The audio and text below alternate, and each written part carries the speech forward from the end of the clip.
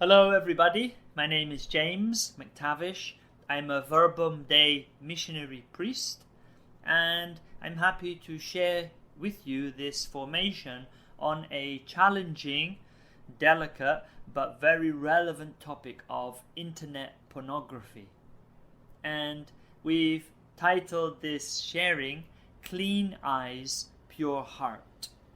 And I'd like to begin my sharing reading from a passage of the New Testament from Matthew's Gospel, Matthew chapter 6, verses 22 to 23, when Jesus said, "The lamp of the body is the eye. If your eye is sound, your whole body will be filled with light. But if your eye is bad, your whole body will be in darkness."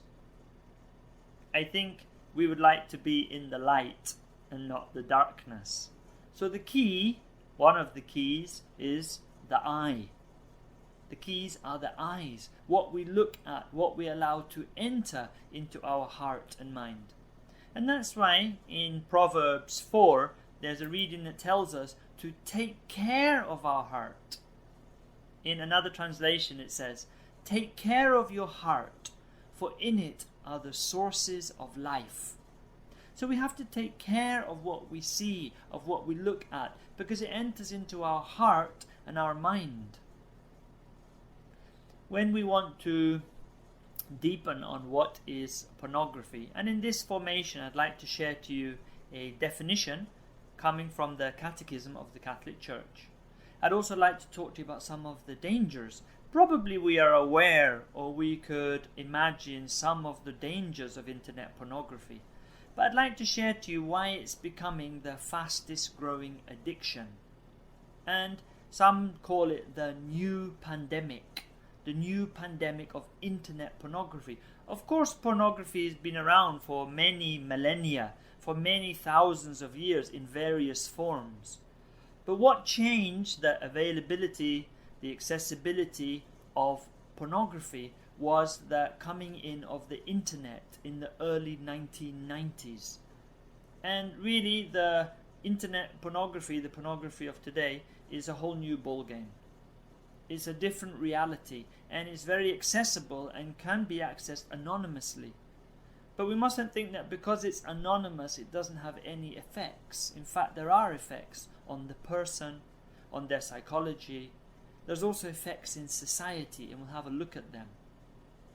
And not only will we look at some of the effects of this so-called new drug, but we'll also look about what we can do about it.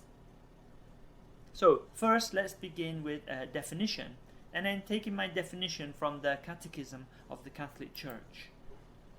In number 2354 of the CCC, the Catechism of the Catholic Church, there's a paragraph about pornography, and I chose 4 points which I thought could help us in our reflection and understanding.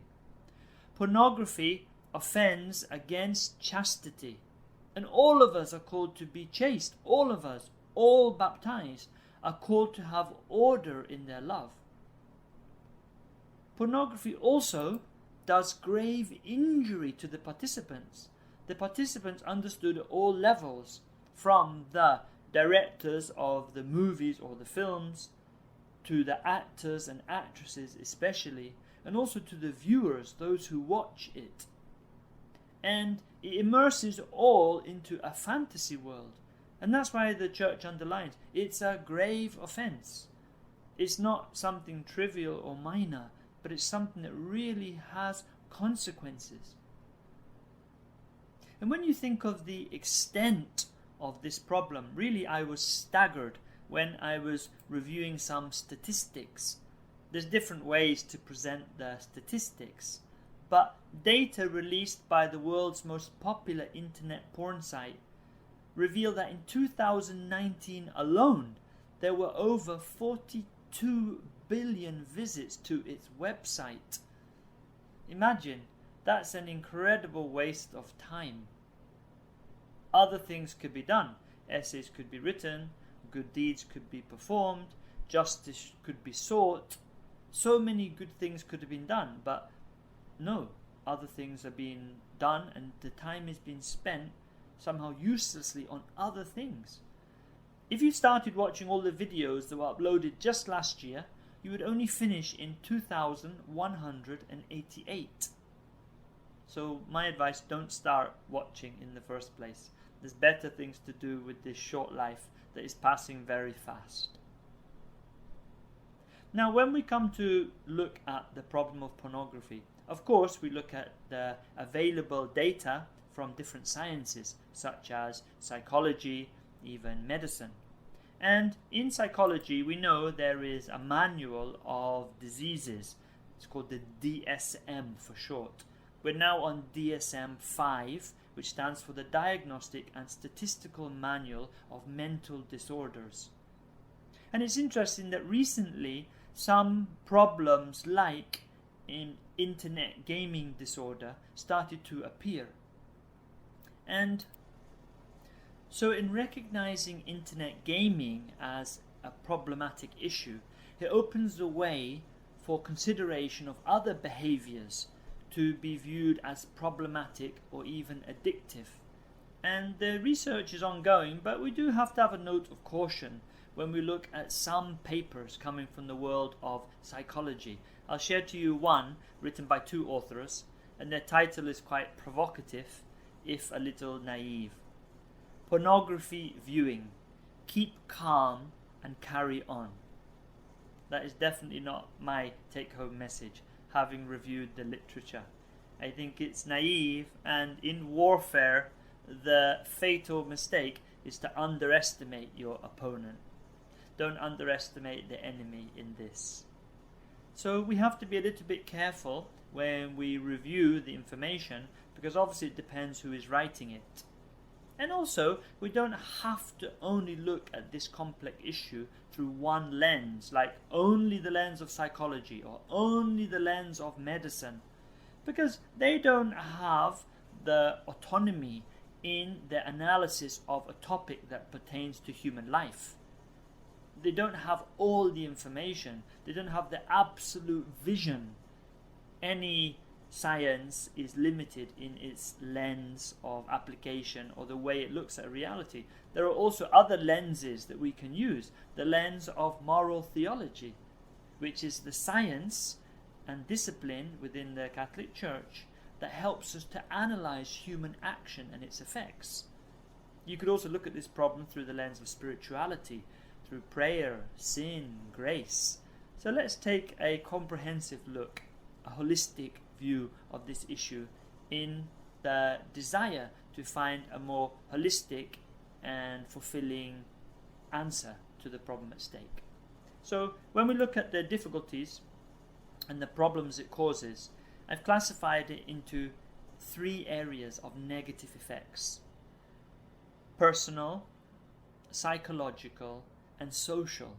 And probably you, dear viewer, could also consider and have in your mind at the moment some different areas how this issue can be problematic. In the personal area, I've gathered from various testimonies of listening to people who've had issues with this. For example, a young man, 20 years old, commented to me, "Father, I've been watching porn since I was 10 years old." So I did the math, easy, 10 years of it. "There is nothing I have not seen. Some images will stay with me the rest of my life." And this is one of the things I noticed looking at the neurochemistry of internet pornography use. When some images are looked at, it's like a snapshot is taken in the brain, and it's very hard to delete that image. It becomes indelible, and that's why the bad spirit can conjure that image up back later from the person's memory. And sometimes the person really can fight against it, but it's not easy. So imagine, I was thinking of this person, how much have they seen in 10 years?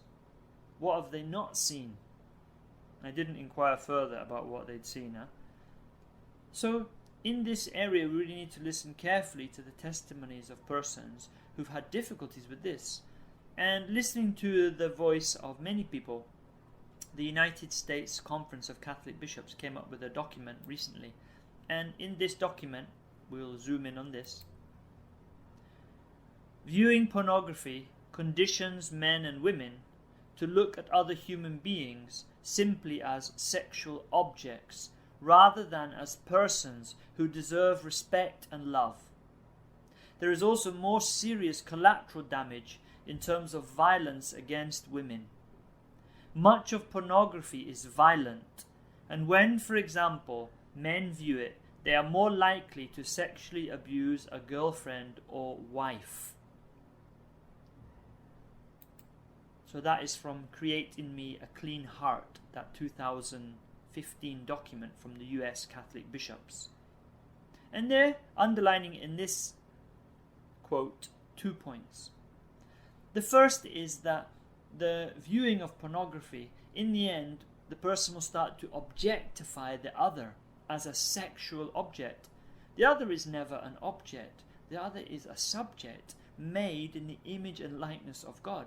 But pornography tends to treat the human body as an object of pleasure, to be used, abused, and then thrown away. It also makes another important point, that the collateral damage of violence against women. That men, for example, when they view it, they're more likely to reenact what they see on screen in their relations with their wife or girlfriend. And of course, it's this classic principle, you are what you eat. If a person is watching, viewing, imbibing, eating that violence on screen, those categories and criteria enter the heart, the mind, the conscience, and poison it. And later, that will come out often in the behavior. So when people say, no, but it's okay to watch some pornography for the couple because it can revive their sexual relations, it can help their sexual life, the life between them, say, really? That's not what the research shows. Do you really think watching stories full of infidelity, violence, coercion, force, infidelity, promiscuity, do you really think that type of thing is going to help a loving relationship in the married life? I think not. And the research bears that out. So again, we mustn't be naive. This poison really affects the heart and mind of the viewer, and it will affect their criteria. It will affect their conscience also, and their ability to judge situations and make decisions. Another area or another level of the negative effect is at the psychological level. And there's more and more research going on at the moment, especially at the level of reward pathways in the brain, and looking at which chemicals and neurotransmitters are involved in the sexual response to pornography. Really, there is quite a deadly cocktail involved. And one author who explains this very well is Dr. Peter Kleponis. He is a psychotherapist based in the United States, and his work and ministry, part of it largely involves persons with issues of internet pornography. And in his book called Integrity Restored, he talks about the different neuronal reward pathways involved and the different neurochemicals and transmitters. He does it in a very succinct way, and I've summarized it even further for this slide. So when we talk about what chemicals are involved, we have dopamine, we have testosterone, we have norepinephrine, which in the British context is noradrenaline. Delta Phos B, vasopressin, opiate chemicals, the endorphins, especially released during orgasm. Because we know that, and we're not that naive, masturbation and orgasm frequently accompanies the viewing of pornography. And it's like, of course, it's obvious, if you pour gasoline on the sexual urge, which is like a fire in every human being, and it's God-given, the gift of sexuality and the desires. But we also have a task to somehow guide those desires along the right path. And pouring the gasoline or petroleum of pornography on those desires, of course they fire up, of course they burn up out of control. So this kind of collection of chemicals helps to see why this pornography can be so addictive. And that's why it's sometimes called the new drug. In fact, there was one researcher who said, you've heard that pornography through the internet is as addictive as cocaine. And then afterwards she said, that's wrong. That is not correct. In fact, internet pornography is more addictive than cocaine.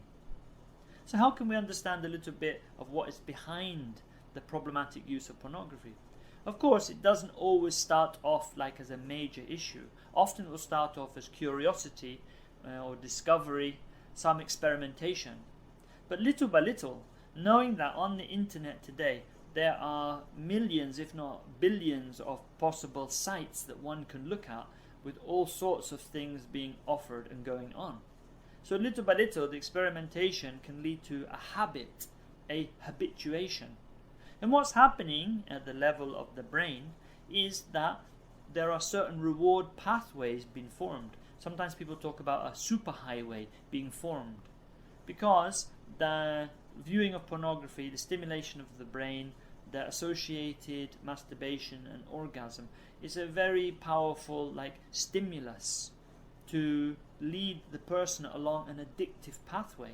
And in the end there can be elements of compulsivity where the person's use of pornography is out of control. Maybe at the beginning it wasn't. Maybe you're just looking at some web pages occasionally. But this is very powerful. And we know that the reality of sin, when you start to play with sin, that fire, easily you can get your fingers burned. And the bad spirit knows this. And the person can start to progressively spend more and more time. And that's like most chemicals that we take in or most addiction pathways.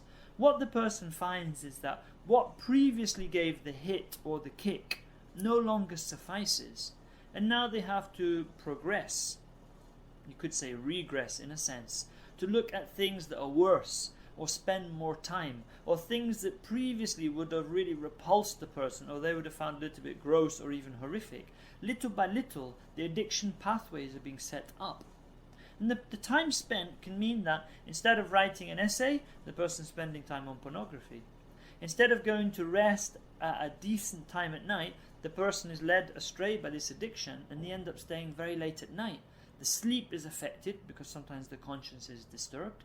Then the next day, they cannot wake up to pray with kind of a clear head and a clear mind and heart. Or at work, they are tired. So really, these addiction pathways, we have to take them seriously. And this is more and more the findings of modern psychology. And when we talk about the consequences of all this, it doesn't just remain private. Because all of our actions have social consequences. We are social beings. And the United States Conference of Catholic Bishops, in that same document I referred to earlier, they are saying that pornography has now become a structure of sin. A structure of sin. What is a structure of sin? In Catholic theology, a structure of sin is understood as the accumulation of many and repeated smaller personal sins.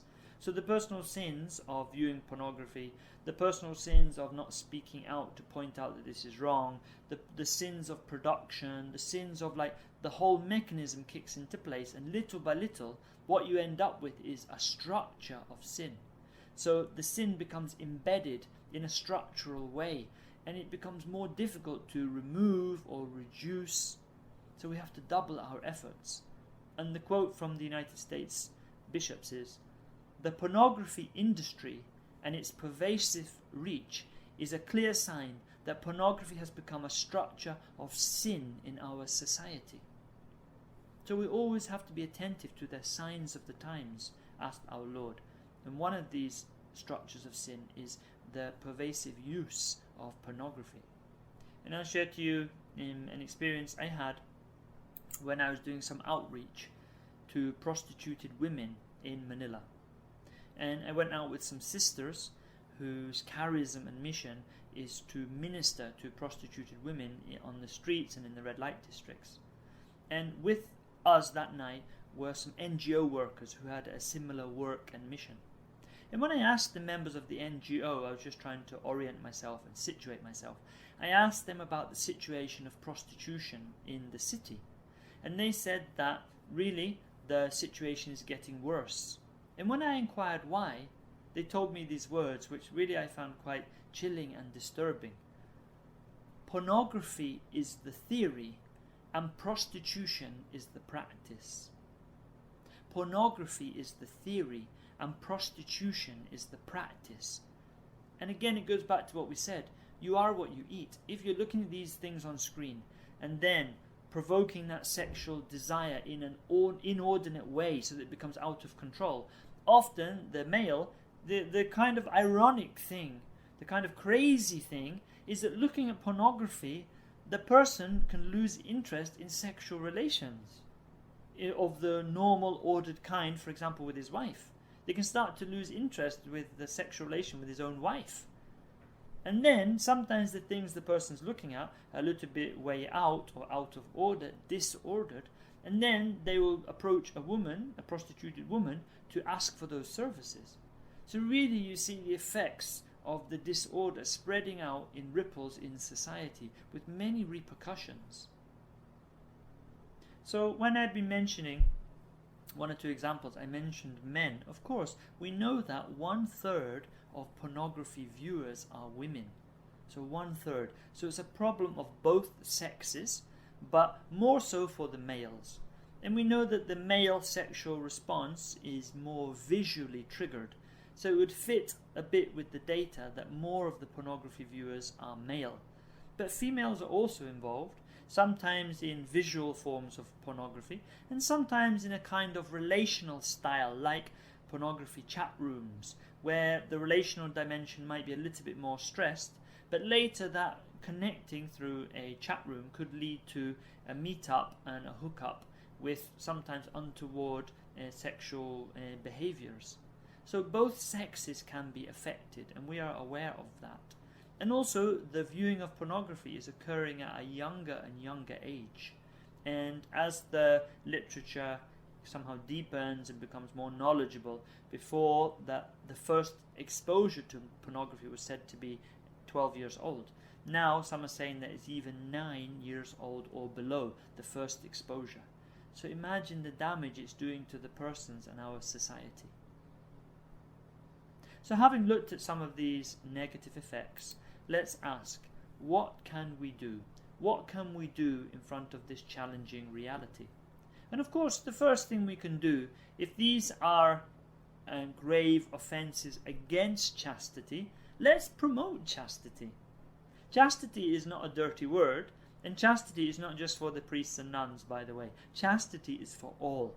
Chastity, which is to have a pure love in our heart and mind, and to love fruitfully, is for all, married, single, religious, all of us.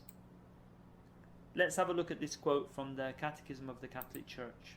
It says, "Chastity includes an apprenticeship in self-mastery, which is a training in human freedom. The alternative is clear. Either man governs his passions and finds peace, or he lets himself be dominated by them and becomes unhappy." So really there is this task to kind of learn. It's an apprenticeship. It's not like I'm sitting here saying to you, oh, I've already mastered everything and I've got nothing else to learn in terms of loving others. Of course, we have to be humble in this pathway and recognize the challenges. And really, it's a call for all of us, especially in this world of today. And I think this call to be attentive, to take care, is also echoed in some of the readings. Here's one from Jeremiah in the Old Testament. The reading says, "Death has come up through our windows, has entered our palaces." Now, why am I citing this? Because it was cited by one of my favourite moral theologians, St. Alphonsus Liguori, and I'll share a few slides of his teaching now. He's writing 300 or 400 years ago, but tell me if you can find any modern day author with his clarity and depth of vision and understanding on these topics as him. Of course, he's not directly writing about internet pornography, but he is writing about the importance to take care of our eyes.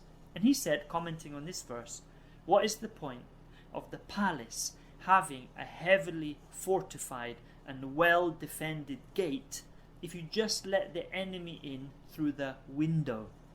And what is the window? The window of the eyes. there was one seminarian who approached Father Cantalamessa, and he said, "Father Cantalamessa, I think it's okay to look at the beautiful women in the world of today. They are all around and they are part of God's creation.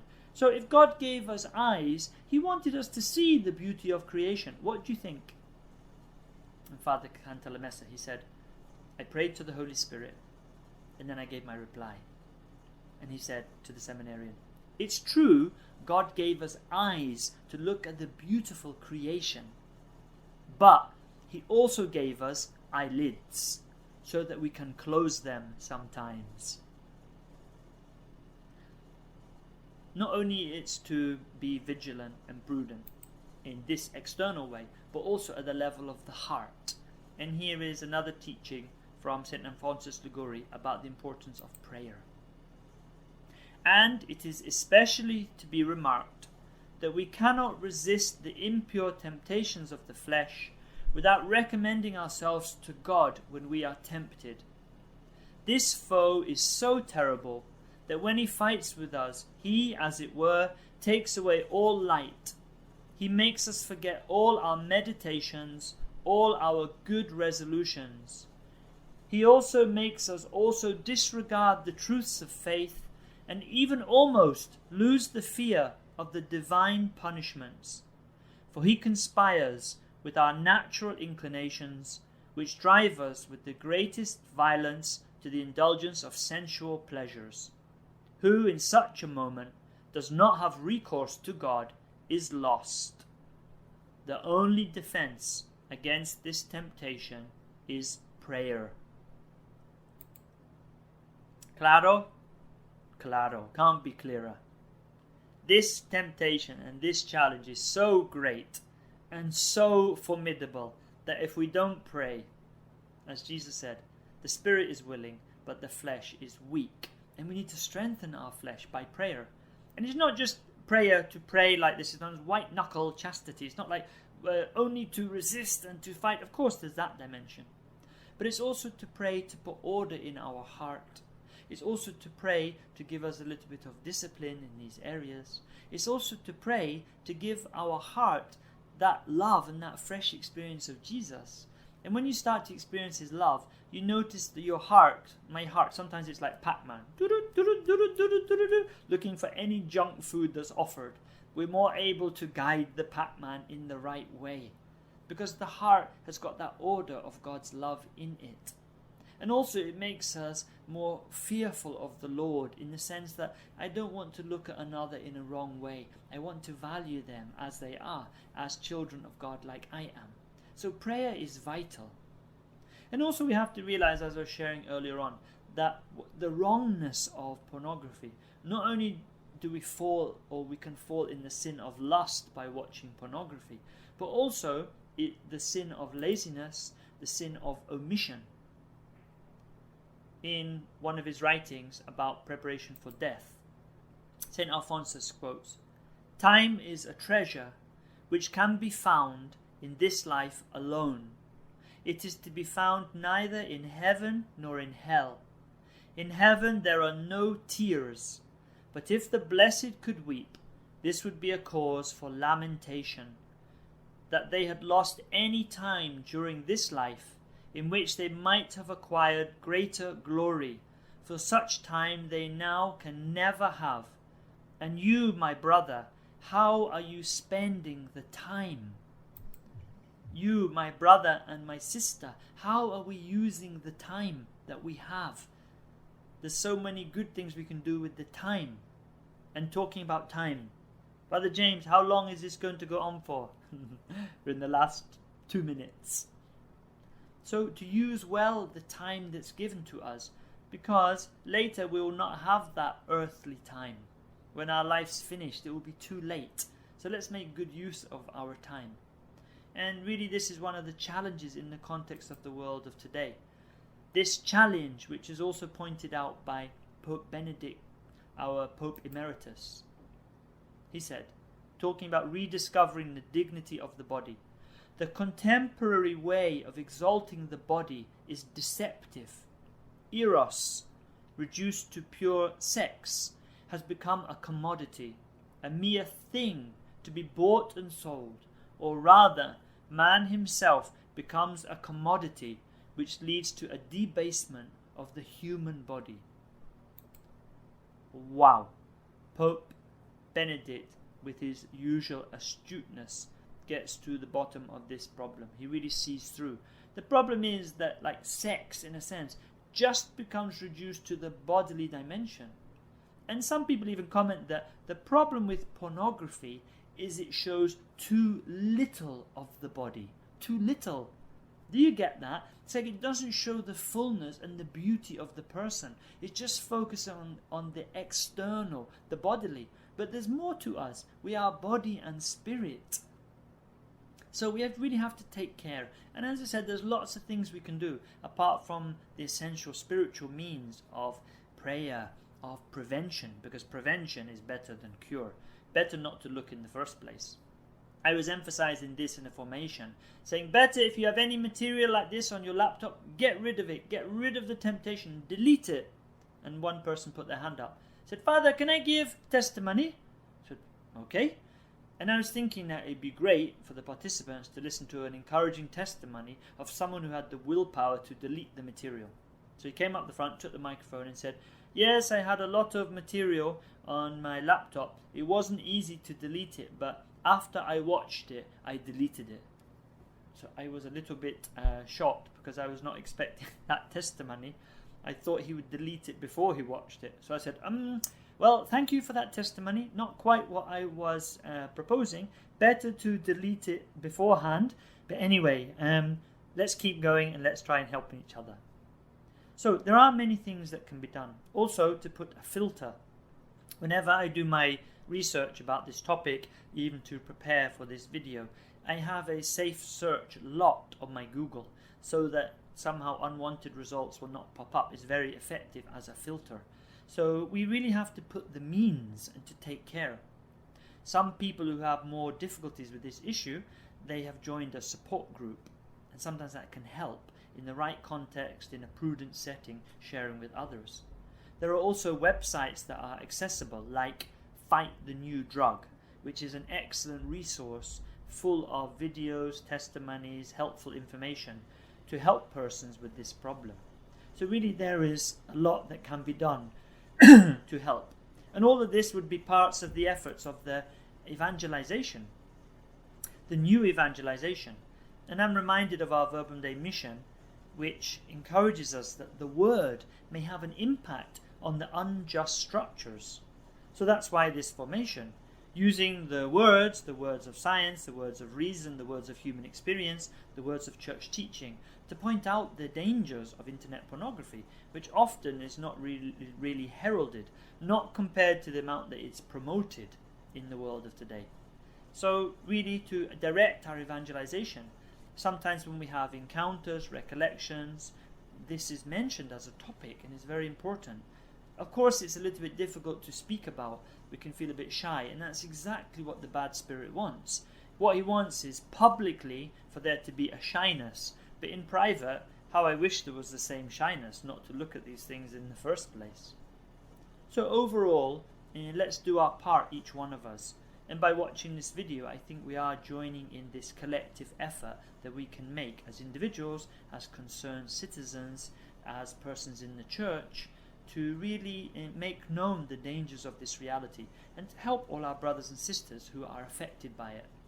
And I just wrap up with the words of Pope Benedict in a document he wrote, Verbum Dei, where he said, "In the world of the internet, which enables billions of images to appear on millions of screens throughout the world, the face of Christ needs to be seen and his voice heard."